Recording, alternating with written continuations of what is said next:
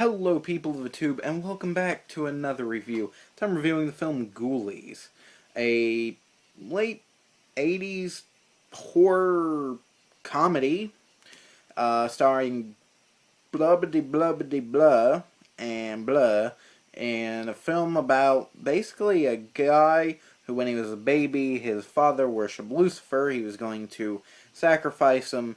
He didn't. Instead, he sacrificed the wife, and I guess it didn't work, and he died many years later.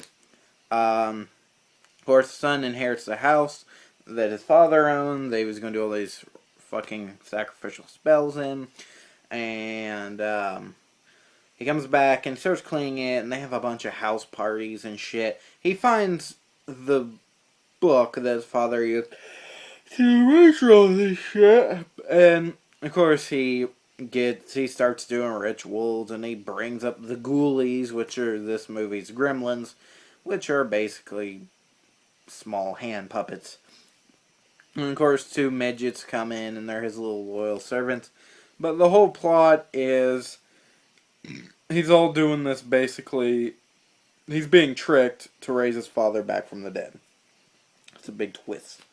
What do I think of this movie? Really? It's not great. It's not awful. I enjoy it. I'm not gonna lie. I really enjoyed watching the movie.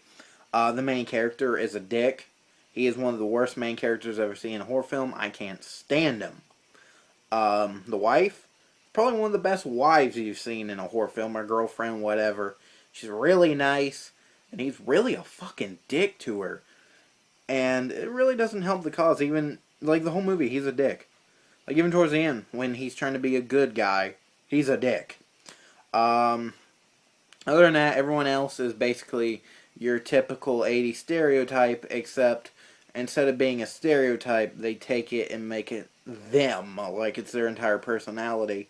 And there's only really one memorable character in the whole film, and I guess he's supposed to be the side comedian character, you know, you're supposed to laugh at.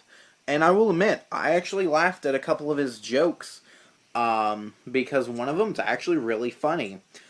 They ruin it right after it's done, but it was a funny joke. At least they tried. He has a couple funny lines. The movie itself isn't too funny. There are a couple funny lines from that guy in general, and his friend. Him and his friend are like really close buddies, like really close. I don't know if they're gay or they're just really close buddies, but they're pretty good together. In fact, I'm pretty sure they have the best chemistry in the movie, because when they're on screen, they're the best part of the movie. They're pretty damn funny together. So they're the best part of the movie, followed by the practical effects, because some of the practical effects in this movie are really good.